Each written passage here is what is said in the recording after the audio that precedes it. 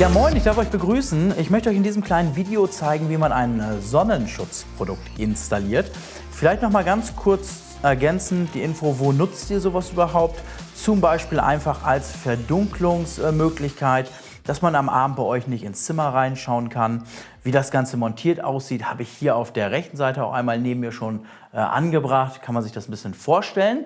Jetzt möchte ich euch zeigen, wie die Montage erfolgt. Dafür liegt jedem Sonnenschutzprodukt so ein Halter, genau genommen 2 dieser Halter bei.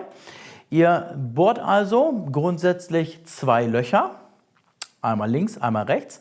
Der Abstand dieser Löcher ist nicht so sonderlich kritisch, darf natürlich nicht mehr sein als die Breite meines Sonnenschutzproduktes.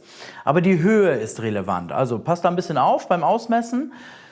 Falls es mal nicht auf Millimeter passen sollte, besitzen diese Halterungen Langlöcher, sodass ihr das Ganze noch mal ein bisschen austarieren könnt.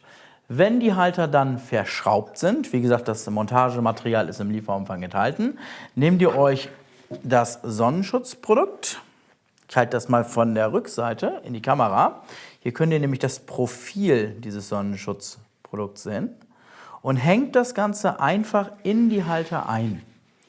Also aufpassen, dass man in die obere Nut hineinkommt.